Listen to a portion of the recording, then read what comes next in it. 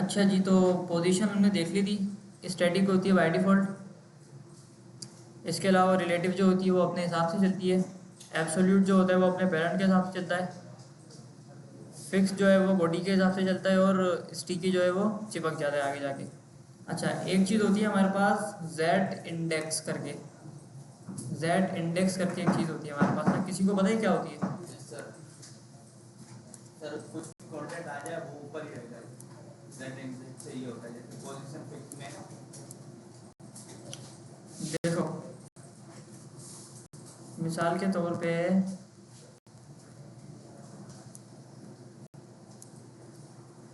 इसको पहले करते हैं यहाँ से आके गो लाइव। ग्राफ पेपर देखा किसी ने? ग्राफ पेपर कैसा होता है?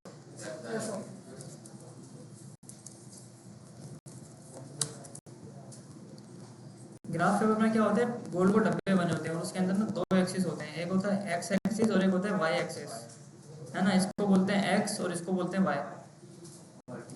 वर्टिकल को बोलते हैं एक्स और हॉरिजॉन्टल को बोलते हैं वाई।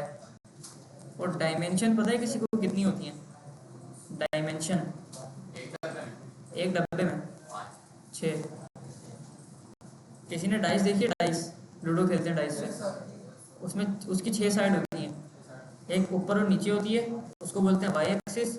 एक साइड बाय साइड होती है, उसको बोलते हैं एक्स एक्सिस। एक होती है सामने और एक होती है पीछे। एक होती है पीछे, पीछे भी होती है ना भाई, तो उसको बोलते हैं जेड।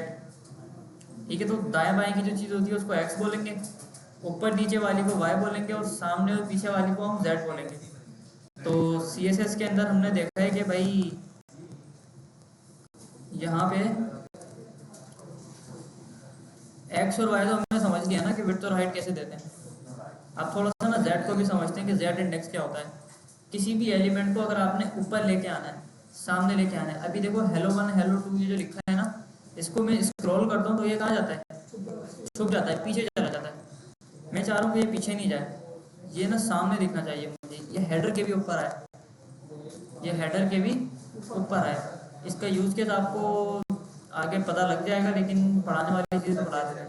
फोटो लगाएंगे तो वो हमारा आइकन शो नहीं होगा, फोटो लगाना। अच्छा। हाँ, मैंने आज ट्राई किया था तब जाके जेड इंडेक्स लगा। अच्छा, तो ज़रूरत पड़ सकती है ना जेड इंडेक्स की। तो हेडिंग्स को ज़रा जेड इंडेक्स देते हैं और फिर देखते हैं क्या होता है।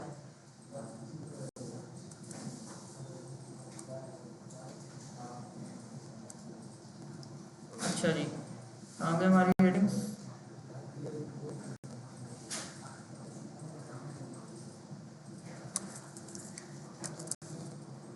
H1 Z index.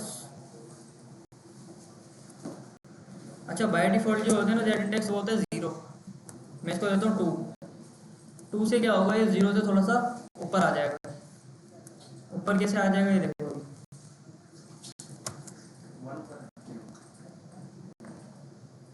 नहीं आ रहा भाई, एक मिनट में। ये जो हमारा नेविगेशन बार है ना, इसको थोड़ी सी जेड इंडेक्स पीछे की देते हैं।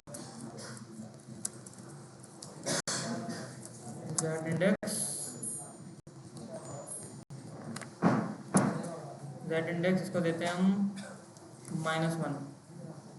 ठीक है, इसको हमने हेडर को बोला आप पीछे जाओ, और हेडिंग को बोला आप सामने आओ। तो ये देखो हेडिंग ऊपर आ रही है, देख रहे हो? हेडिंग ऊपर आ रही है। तो जेड इंडेक्स का ये काम होता है, किसी भी चीज़ के एलिमेंट को आप बैक कर सकते हो और उसके सामने कोई भी चीज़ आप लेके आ सकते हो। ठीक है, सर 0 और 1 में ये वैल्यू में काम करता है। 0 और 1 में काम करता है? नहीं, ये ऊपर भी काम करता है, 999 तक भी देते हैं भाई। चलो देख लेते हैं ना 0 1 में कैसे होता है। इसको 0 दे देते हैं तो ये पीछे। हेडर को भी देना है, इसको भी देना है। हाँ, हेडर को हमें पीछे करना है ना, पीछे पुश करना है। हेडर सामने रहेगा क्योंकि उसको आपने पोजीशन दी हुई है। ठीक है, तो हेडर को 0 दे देते हैं और H1 को देते हैं 1। अब 1 क्योंकि 0 से बड़ा है तो 1 सामने आएगा। नहीं आ रहा भैया आपका 1 सामने, माइनस ही देना पड़ेगा इसको। 0 होता है बाय डिफ़ॉल्ट। ठीक है, अब देखो आप काम कर रहा है। अब इसके ऊपर भी कोई चीज़ मुझे लेके आनी है अगर, तो उसको मैं दे दूंगा 2 3 4 5, ऐसे करके आप इसको कंट्रोल कर सकते हैं। अच्छा, जेड इंडेक्स के बाद ये देखो यहाँ पे बता रहा है कि भाई ओवरलैप करता ही एलिमेंट्स के ऊपर। और when you use relative fix और absolute position boxes can overlap. जब आप रिलेटिव फिक्स या एब्सोल्यूट पोजीशन को इस्तेमाल करते हैं तो बॉक्सेस क्या करते हैं, ओवरलैप कर सकते हैं। तो अगर बॉक्सेस आपके ओवरलैप कर रहे हैं और एलिमेंट एक के बाद एक आ रहा है तो उसको कंट्रोल करने के लिए आप जेड इंडेक्स लगा सकते हैं। ठीक है भाई। अच्छा, अगली चीज़ है फ्लोटिंग एलिमेंट्स। ये काम की चीज़ नहीं है, इसको हटाओ। सर एक वो आता है रिपीट वाला टैग आता है, कौन सा वाला? रिपीट जैसा वो टैग होता है रिपीट, फिर उसका क्या किसी बोल बताता हूँ, बैकग्राउंड की चीज़ है। अच्छा, अगली चीज़ है भाई स्क्रीन साइजेस। मिसाल के तौर पे मैंने एक वेबसाइट बनाई है जो मेरी कंप्यूटर में बहुत सही चल रही है, लेकिन जैसे ही मैं मोबाइल के अंदर उसको खोल दूँ तो वो ख़राब हो जाती है। तो इस चीज़ को कैसे हैंडल करना है कि कंप्यूटर पे मेरी जो मोबाइल की स्क्रीन है, मेरी जो वेबसाइट की स्क्रीन है वो कंप्यूटर पे कुछ और लगे और मोबाइल साइज़ के ऊपर वो चेंज हो जाए। यानी कंप्यूटर के ऊपर उसका जो नैप बार है वो 4 ऑप्शन वाला आ रहा हो, होम, अबाउट, कॉन्टैक्ट और गैलरी। और मोबाइल साइज़ के ऊपर वो छोटा होके वो एक हैमबर्गर मेन्यू बन जाए, जिस पे मैं क्लिक करूँ तो मेरे पास एक ड्रॉप डाउन ओपन हो जाए। ठीक है, तो इसके लिए हमारे पास इस्तेमाल होती है मीडिया क्वेरी नाम की चीज़। CSS के अंदर मीडिया क्वेरी नाम की चीज़ होती है। अच्छा, इसको ना लोग दो तरह से करते हैं। फेसबुक का आपने देखा होगा कि फेसबुक की जब आप वेबसाइट को खोलते हो, facebook.com आप फ़ोन के अंदर लिखते हो ना तो वो facebook.com नहीं खुलता, वो एक दूसरी वेबसाइट खुलती है। वो होती है भाई m.facebook.com।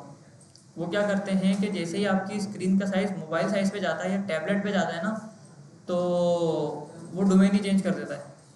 वो बोलता है आप फेसबुक पे नहीं आओगे, आप अब आओगे आप m.facebook.com पे। इसको ट्राई करना घर जाके, मोबाइल के अंदर खोलोगे ना facebook.com तो फेसबुक नहीं खुलेगा, m.facebook.com खुलेगा आपके पास। इसको ट्राई करना घर जाके। अच्छा, मीडिया क्वेरी वाली जो चीज़ है इसको देखते हैं अभी थोड़ी देर में। आगे बात कर रहे हैं भाई स्क्रीन रेजोल्यूशन की, तो ये इसके साथ कवर होगी। पेज साइज़, ये देखो यहाँ पे इन्होंने थोड़ा सा लेआउट बता दिया हमें कि इधर आपका हेडर आ गया, हेडर के अंदर नेम बार आ गया, ये आपका लोगो आ गया, यहाँ पे 4 तस्वीरें आ गई और ये टेक्स्ट आ गया, एक तस्वीर ये आ गई और टेक्स्ट आ गया। तो ये फ्लैक्स से बन जाएगा, आराम से बन जाएगा फ्लैक्स से, डिस्प्ले फ्लैक्स। हाँ भाई, बना लोगे यार? ये बनानी है, एक हेडर है, 2 सेक्शन 3 सेक्शन तो हैं, बन जाएगा। हाँ भाई, और कौन बनाएगा फ्लैक्स? क्या कर रहे हो भाई?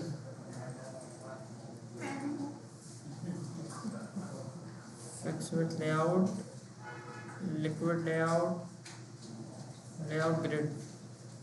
ग्रिड हम बाद में पढ़ेंगे, ठीक है, जब फ्लैक्स बहुत आपको क्लियर हो जाएगा। देखो ग्रिड ऐसा होता है, आपकी जो वेबसाइट होती है ना उसको ये डिवाइड कर देता है कॉलम वाइज, और फिर उन कॉलम्स के अंदर आप खेल सकते हो। अच्छा भाई, grid grid grid, multiple style sheets. अच्छा, यहाँ पे ये बता रहे हैं कि स्टाइल शीट को आप मल्टीपल भी बना सकते हो। @ इंपोर्ट करके आप एक स्टाइल शीट के अंदर, एक CSS के अंदर दूसरी CSS की फाइल भी ला सकते हो। @ इंपोर्ट, और यहाँ पे वो आ जाएगा आपका फाइल का नाम, यहाँ पे आ जाएगा आपका एब्सोल्यूट रिलेटिव स्लैश style.css। ठीक है भाई, तो नहीं रिस्पॉन्सिव की चीज़ नहीं है। इस तरह से आप CSS की फाइल को इंपोर्ट कर सकते हो। क्या बोल रही है? स्ट्रिंग डालना है क्या? खैर, तो मल्टीपल स्टाइल शीट अगर आपने करनी है तो यहाँ से आप ऐसे कर सकते हो। अच्छा, URL आएगा इधर,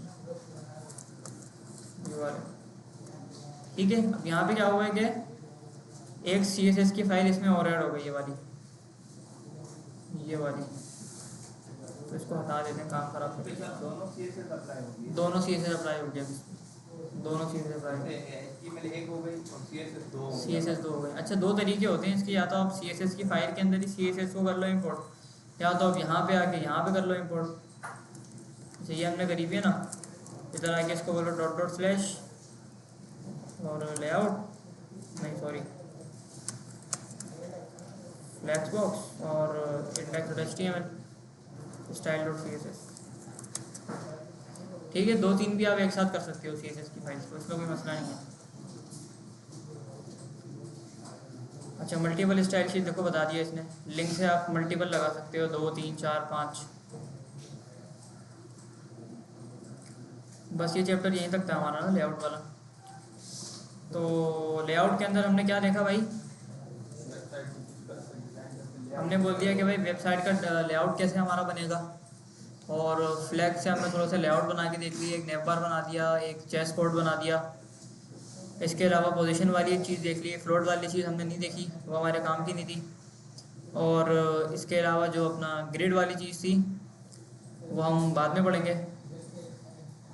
और CSS के थोड़े से रूल्स हमने और देख लिए कि मल्टीपल स्टाइल शीट एक साथ कैसे यूज़ करनी है और बाकी की चीज़ें आपने कैसे यूज़ करनी है ना। अच्छा, अगला जो टॉपिक है हमारा इमेजेस वाला है, लेकिन उससे पहले हम पढ़ लेते हैं पहले मीडिया क्वेरी, कि मीडिया क्वेरी के ज़रिए हमें अपनी वेबसाइट को डिफरेंट स्क्रीन्स के ऊपर कैसे डिज़ाइन करना है। ठीक है, कि अगर मेरी एक वेबसाइट कंप्यूटर के अंदर चेंज है और मोबाइल के अंदर मैं उसको चाह रहा हूँ कि वो थोड़ी सी चेंज हो जाए, कंप्यूटर के अंदर वो इस तरह से कुछ आ रही है और मोबाइल के अंदर मैं चाह रहा हूँ कि ऊपर से नीचे की तरफ आए वो चीज़ ना, तो वो चीज़ कैसे हैंडल करनी है